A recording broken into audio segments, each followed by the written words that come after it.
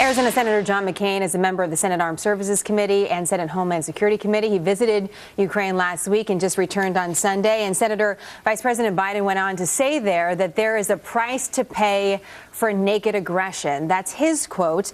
What is the price that Russia should pay? I think there should be a lot of prices, and many that we could enact and very quickly. But so far, the weakness of the president's initial response. Remember, this is the first time since the end of World War II that a European country has been invaded and annexed by another country. That sanctioning 11 people is. It's hard for me. I run out of verbs and adverbs. But the point is that. As a result of how weak the response has been, the ruble has been strengthened and the Russian stock market went up. And we've got to be careful about all of these threats and not fulfilling some significant punishment. And the first thing is, Jenna, is to recognize Vladimir Putin for the KGB colonel that he is and what his ambitions are. The guy that said the greatest disaster of the 20th century was the breakup of the Soviet Union, and treat him accordingly. It's not a reignition of the Cold War, because the Cold War was in large degree an ideological struggle. That's over. What we're dealing with is a very aggressive KGB colonel that wants to restore the Russian Empire, and Moldova is a country to watch next. Well, and why is that, Senator?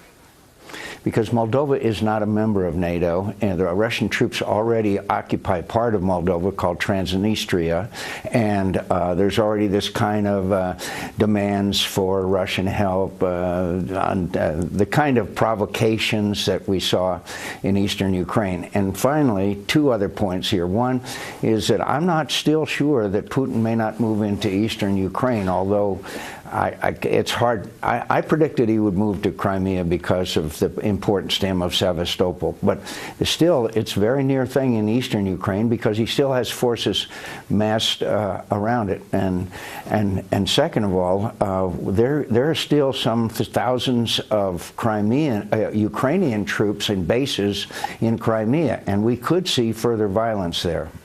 Some things to consider, especially because 2 weeks ago, Vladimir Putin said that he had no interest in Crimea.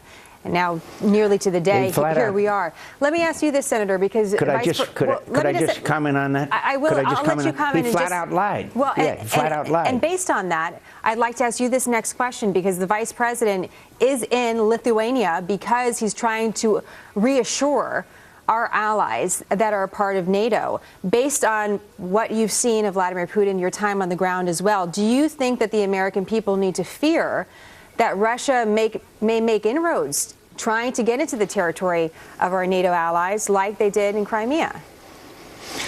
Well, the NATO membership calls for this thing called Article 5, called an attack on one is an attack on all, and hopefully that may break Putin's ambitions. But, for example, in Latvia, about 30% of the population are Russian. He could be using the same kind of strategy that he just used in Crimea.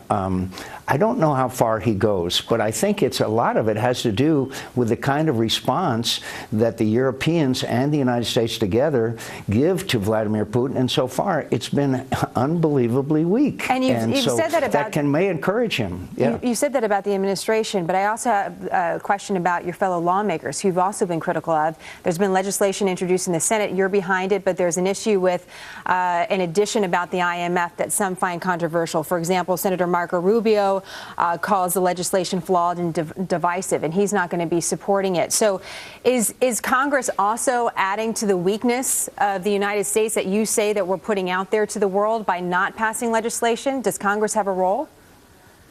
Congress has a role, and right now they are not playing in my view, are showing a lack of appreciation for what's going on by placing a priority on an IMF fix, which frankly is not that big a deal, compared with a unified response to what has taken place in Ukraine. I'm a little embarrassed, frankly, by some of my Republicans' attitude of placing a higher priority on IMF reform over sending a signal and providing the assistance that Ukraine needs, including military assistance. And by the way, we provide military assistance to many countries throughout the world, but right now Ukrainians need it both short-term and long-term. But yes, the Congress, I'm disappointed so far. I hope when we get back, which will be next Monday, the Senate will pass it and we can get agreement with the House and move forward.